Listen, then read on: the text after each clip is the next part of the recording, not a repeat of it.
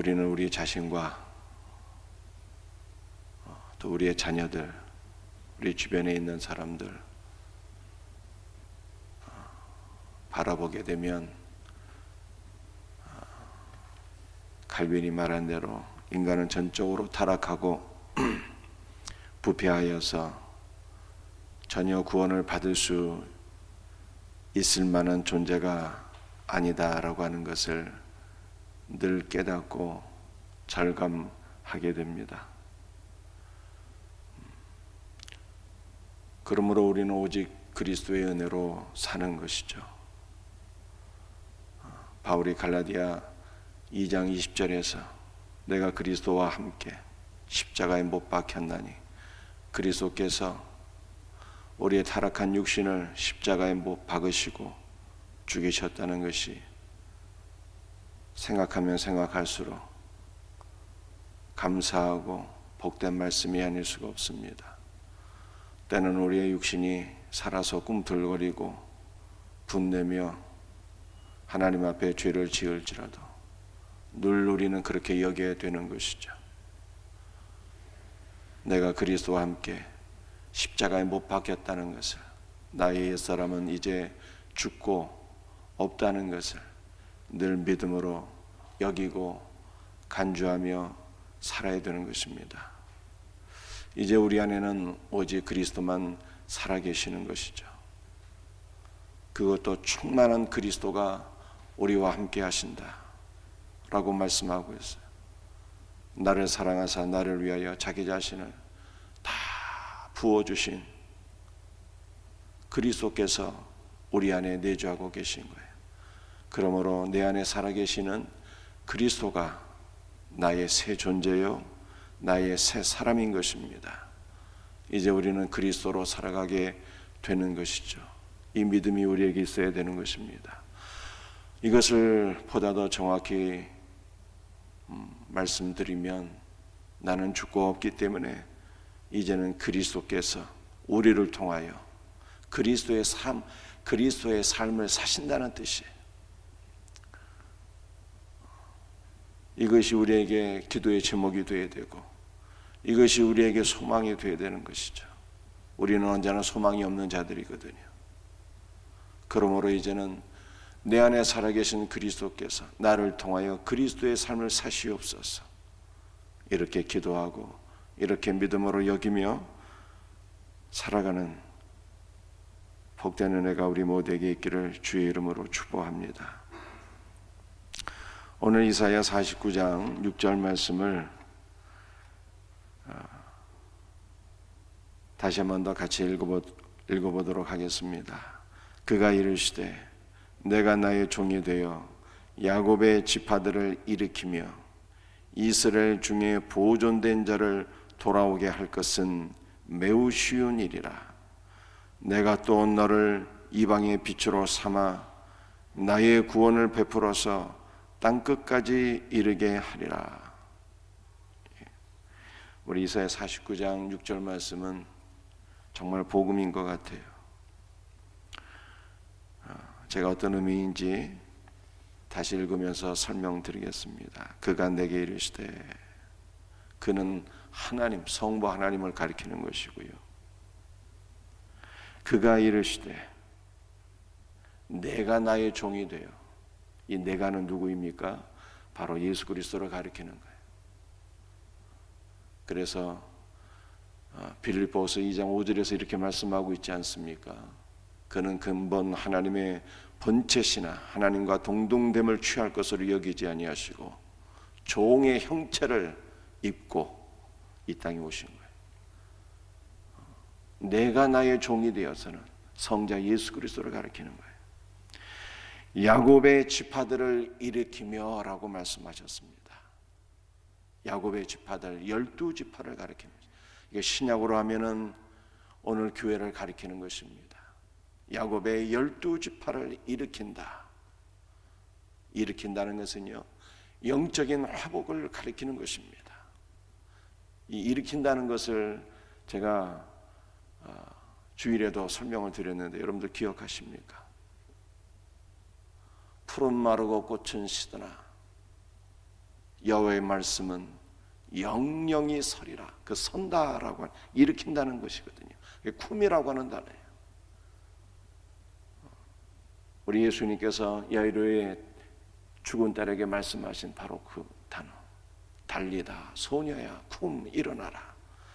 달리다 쿰이라고 주께서 말씀하셨을 때 예수 그리스도의 부활 생명이 소녀를 일으켜서 죽은 소녀가 살아나게 된 것을 성경이 말씀하고 있습니다.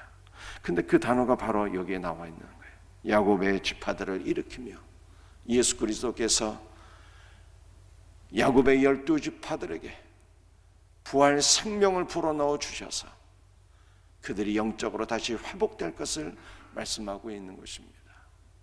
이것이 바로 오늘날 신약의 교회요, 저와 여러분들이 그리스도의 십자가의 죽으심과 부활 생명으로 회복되어서 하나님의 자녀가 되었고 하나님의 백성이 된 것을 믿으시기를 바랍니다. 이스라엘 중에 보존된 자를 돌아오게 할 것은 매우 쉬운 일이라. 이스라엘의 남은 자를 돌아오게 하신대요. 여러분들의 회복은 언제 일어나게 되는 것입니까? 예수 그리스도의 부활 생명으로 우리가 회복되는 것은 언제 일어나는 것입니까? 주님께로 돌아갈 때 일어나게 되는 거예요. 탕자가 자기의 죄를 깨닫고 아버지의 집으로 돌아갔을 때 그가 회복된 것처럼 여러분들 우리는 주님께로 돌아갈 때 그리스도의 부활 생명으로 우리가 회복되는 역사가 일어나게 되는 것입니다. 그러므로 우리의 불신 가족들, 우리의 불신 이웃들, 그들이 속히 주님께로 돌아올 수 있도록 오늘 새벽에도 우리가 기도할 수 있는 은혜가 있기를 주의 이름으로 축복합니다. 그런데 사실은 정말 복음이 무엇인가 하면 주님께서 우리에게 돌아오셨다는 거예요. 예수님께서 공생애를 시작하시면서 세례를 받으셨는데 이 세례는 죄사함의 세례거든요. 요한의 세례, 죄를 씻는 세례였고 예수님은 죄가 없으신데 무슨 세례를 받으셨겠어요? 예수님께서 마음을 돌이키셨다는 거예요. 우리를 향한 심판과 진노와 저주의 마음에서 우리 예수님의 마음이 돌이켜지신 거예요. 사랑과 긍휼과 자비와 용서의 마음으로 돌이키신 거예요. 그 예수님께서 우리에게로 오신 거예요. 예수님께서 우리에게 오심으로 말미암아 우리가 예수 그리스도와 연합이 되는 거예요. 여러분들 우리는 어떠한 존재입니까? 푸른 마르고 꽃은 시드나 참으로 수증기 같은 존재, 곧 있다가 없어질 연약한 존재들인데 영원하신 하나님께서 우리에게로 오셔서 영원하신 하나님과 수증기 같은 존재가 하나로 연합되어서 이 수증기가 영원한 존재가 되었다는 거예요. 여러분들 이것이 바로 복음인 것입니다. 여러분들 참된 회복은 언제 어떻게 일어나는 것입니까? 우리가 예수 그리스도와 하나로 연합될 때 일어나는 거예요. 그러므로 우리는 언제나 주님을 바라보고 주님을 소망하고 주님을 간구해야 되는 것입니다. 성령 안에서 오늘 이 새벽에도 그리스도께서 우리 심령 가운데 부어질 수 있도록 그렇게 사모하는 마음으로 기도할 수 있는 은혜가 있기를 바랍니다. 49장 6절 하반절에 내가 또 너를 이방의 빛으로 삼아, 우리 예수님은 온 이방 세계의 생명의 빛으로 오셨어요. 나의 구원을 베풀어서 땅 끝까지 이르게 하리라. 여러분들 구원이 무엇인가요? 구원은 건져서 옮겨놓는 것이거든요. 죄에서 건져서 거룩으로 옮겨놓으시고 죽음에서 건져서 생명으로 옮겨놓으시고 지옥에서 건져서 천국으로 옮겨놓으시는 것이, 건져서 옮겨놓는 것이 구원이에요. 그런데 구원이 무엇일까? 우리는 도대체 어디에서 어디로 옮겨지는 것일까? 이것을 다른 말로 한 번 더 제가 설명드리면 마귀의 지배하에 억눌려 있던 자들이 예수 그리스도의 품 안으로 옮겨지는 거예요. 이게 구원이에요. 여러분들, 이 구원이라는 단어 자체가 놀랍게도 이사야 49장 6절의 구원이라는 단어 자체가 놀랍게도 예수예요. 예수. 우리는 전에 마귀에 짓눌리고 억압을 당하고 마귀가 끄는 대로 노예로 저주와 사망의 길에 들어가는 자들이었는데, 영원한 멸망과 지옥의 형벌에 들어가야 될 자들이었는데, 우리 주님께서 그 지옥의 형벌에서 끄집어내서 주님의 품 안으로 옮겨놓으신 거예요. 구원이 예수예요. 그런데 나의 구원이 어디까지 이르게 된다고 말씀하십니까?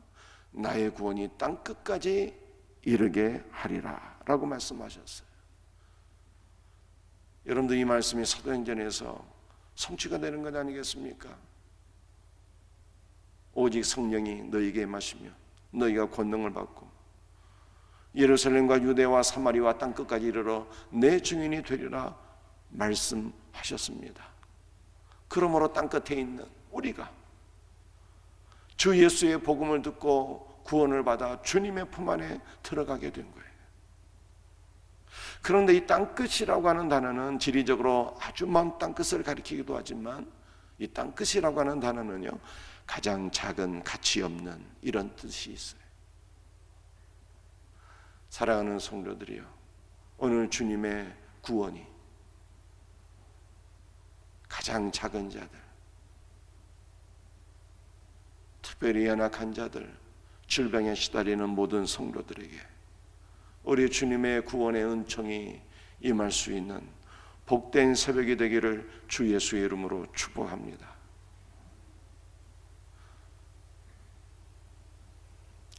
사랑하는 성도들이, 우리가 구원을 받고 죄사함과 영원한 생명을 얻고 우리가 영적으로 회복되어지며, 이 모든 놀라운 은혜가 어디에서 주어지는 것입니까? 딱 하나, 단 하나, 생명의 빛이 되시는 예수 그리스도.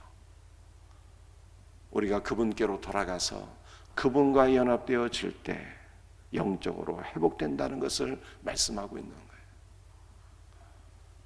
성경의 복음은 간단한 거예요. 오직 예수 그리스도예요. 우리가 주 예수께로 돌아가서 그분과 연합되어질 때 우리의 삶의 모든 것이 회복된다고 말씀하고 있어요. 그러므로 예수님만 우리의 소망인 것입니다. 오늘 우리 자신을 바라보지 말고 주 예수 그리스도를 바라보고 주 예수 그리스도를 소망하며 그분을 구할 수 있는 복된 은혜가 있기를 주님의 이름으로 축복합니다. 누가복음 10장 1절 말씀에 그 후에 주께서 따로 70인을 세우사 친히 가시려는 각 동네와 각 지역으로 둘씩 앞서 보내시며, 우리 예수님의 제자들은 여러 그룹으로 나뉘어져 있죠. 가장 친밀한 3명의 제자가 있었어요. 베드로와 요한과 야고보입니다. 범위를 확대하게 되면 12명의 제자가 있었습니다. 또 범위를 좀 더 확대하게 되면 70명의 제자가 있었어요. 그래서 예수님께서 70명의 제자를 주님께서 가시려는 모든 지역으로 앞서 보내셨다는 말씀이에요. 그런데 이 70이라고 하는 수는 종려나무를 가리키는 숫자예요. 출애굽기 15장 27절 말씀을 보게 되면 이스라엘 백성들이 출애굽하여서 광야 엘림에 이르게 되었을 때 거기 물샘 12과 종려나무 70그루가 있더니 라고 말씀하고 있습니다. 70이라고 하는 숫자는 종려나무를 가리키는 숫자인 것입니다. 여러분들, 종려나무가 어떤 나무일까요? 종려나무는 대추 야자나무라고 하는데 같은 나무입니다. 두 이름이 있는 거예요. 종려나무라고도 하고 대추 야자나무라고도 하는 것이죠. 그런데 이스라엘을 가게 되면은 대추 야자나무는 모든 과일나무 중에 가장 당도가 높은, 너무나도 달콤한 열매를 맺는 나무입니다. 우리나라 대추와는 사이즈가 비교가 안 돼요. 열매 하나가 주먹만 합니다. 그 대추 야자나무 열매가 얼마나 단지 우리나라 꽃감 비교도 안 될 정도로 그렇게 달아요. 그 예수님께서 70명의 제자들을 각지로 보내셨다는 것은 무엇으로 보내셨다는 것입니까? 대추 야자나무 열매로 보내셨다는 거예요. 우리 주님의 달콤한 은혜와 사랑을 공급하는 자들로 보내셨다는 뜻입니다. 주님은 우리의 삶에서 그리스도의 사랑과 은혜가 나타나기를 원하시죠. 우리는 너무나도 부족해서 날마다 우리의 입에서는 쓴물만 나오기가 쉬운데, 그러나 주님께서는 우리를 대추 야자나무로 각지로 보내셔서, 이 대추 야자나무는 또한 가난한 사람들의 식량이거든요. 생명의 양식으로 보내시고 그리스도의 사랑과 은혜를 공급하는 자로 우리를 보내셨다는 것을 말씀하고 있습니다. 여러분들, 우리가 어떻게 생명의 양식으로 공급하는 자가 될 수가 있을까요? 여러분들, 우리가 어떻게 그리스도의 사랑과 은혜를 공급하는 자가 될 수가 있을까요? 그 비밀은 둘이라고 하는 숫자에 있는 거예요. 누가복음 10장 1절에 둘씩 앞서 보내시며 라고 말씀하고 있지 않습니까? 혼자서는 감당하기가 어려울 것 같아서 예수님께서 70명의 제자들을 둘씩 짝지어서 서로 동역하며 함께 기도하고 함께 사역하라고 그렇게 둘씩 짝지어 보내셨어요. 그런데 이 두 명이 무엇을 증거했을까요? 이 두 명이 또 다른 둘을 증거했다는 뜻이에요. 제자들 두 명이 나가서 그리스도의 복음을 증거하는데 무슨 복음을 증거했을까? 또 다른 둘을 증거했다는 뜻입니다. 그 또 다른 둘은 무엇을 의미하는 것입니까? 바로 예수 그리스도요. 그리고 우리가 그리스도와 연합될 때 그리스도 예수 안에서 우리의 삶이 온전히 회복될 수 있다는 이 복음을 증거했다는 거예요. 둘이서 또 다른 둘을 증거했으니 하나는 그리스도요, 하나는 교회의 연합인 거예요. 교회가 바로 우리잖아요. 예수 그리스도와 우리가 하나로 연합될 때 우리가 생명을 얻고 그리스도 안에서 복된 은혜와 생명과 사랑을 누리며 우리가 온전히 회복될 수 있다는 것을 70명의 제자들이 증거했다는 뜻입니다. 여러분들, 이것이 바로 이사야 49장 6절하고도 같은 말씀인 거예요. 우리의 온전한 회복은 어디에서 일어나게 되는가? 그리스도와 연합될 때 이루어진다는 거예요. 그리스도와의 연합을 사모하며 살아가는 복된 성도들이 되시기를 바랍니다. 여러분들, 우리가 그리스도와 연합되면 온전한 회복이 일어나게 되죠. 그리스도와 연합되는 자에게는 놀라운 은혜가 임하게 됩니다. 어떤 은혜가 임하게 되는 것입니까? 여러분들, 제가 전에 히스기야를 설명하면서 드린 말씀 기억하십니까? 예수 믿는 신자에게도 고난은 찾아온다는 거예요. 히스기야는 성군이었지만 질병에 걸려서 죽게 되었잖아요. 예수 믿는 신자에게도 고난과 역경은 찾아오는데, 그럼에도 불구하고 그리스도와 연합된 자들은 모든 고난과 역경과 대적으로부터 주님께서 지켜주시고 보호해 주신다는 것을 바울이 로마서 8장에서 말씀했어요. 여러분들, 로마서 8장을 읽어보게 되면 성도들을 대적하는 17가지 대적과 환난이 등장하게 되는 것을 볼 수가 있습니다. 그런데 그 17가지 환난과 대적들이 결코 성도들을 그리스도의 사랑에서 끊을 수 없다는 거예요. 바울이 로마서 8장에서 이렇게 말씀하고 있습니다. 누가 그리스도의 사랑에서 끊으리요? 환난이나 공고나 박해나 기근이나 적신이나 위험이나 칼이랴. 7가지 대적이 나오잖아요. 이 7가지 대적이 우리를 그리스도에게서 끊을 수 없다는 거예요. 왜? 그리스도와 우리는 하나로 연합되어 있기 때문에. 모든 환난과 대적으로부터 그리스도께서 우리를 지켜주신다는 거예요. 이후에 10가지가 더 나옵니다. 내가 확신하노니 사망이나 생명이나 천사들이나 권세자들이나 현재이나 장래이나 능력이나 높음이나 기쁨이나 다른 어떤 피조물이라도 10가지가 또 등장해요. 우리를 우리 주 예수 그리스도의 사랑에서 결탄코 끊을 수 없으리라 라고 말씀하는 거예요. 그러면 우리는 두려워하지 않는 것입니다. 어떠한 대적이나 환난이나 고통이 우리를 위협한다 할지라도 누가 그리스도의 사랑에서 우리를 끊을 수 있으리요? 그리스도께서 우리를 사랑하시고 그리스도께서 우리를 위하시고 그리스도와 내가 사랑으로 연합되어 있는데 아무 두려움 없다는 거예요. 그리스도와 연합된 자는 그리스도 예수 안에서 하늘의 평강을 누리며 살아가게 됩니다. 하늘의 은혜를 누리며 살아가게 됩니다. 세상에서 가장 부유한 삶을 사는 거예요. 사랑하는 성도들이요, 이 복된 믿음이 우리의 믿음 될 수 있기를 주님의 이름으로 축복합니다. 말씀을 마치도록 하겠습니다. 복음 중에 복음은 우리 주 예수 그리스도인데 우리가 그분과 연합되는 것이 우리가 살 길이요 회복되는 길이요 하늘의 평강과 은혜를 누리는 길이다 라고 성경은 말씀하고 있는 거예요. 오늘 이 새벽에도 우리가 무엇을 구해야 됩니까? 다른 거 구하지 마십시다. 오직 예수 그리스도와 더욱 하나로 연합될 수 있는 복된 은혜를 구하면 그 안에서 모든 것이 다 회복되는 거예요. 이 놀라운 은혜가 우리 모두에게 경험되어지기를 주님의 이름으로 축복합니다.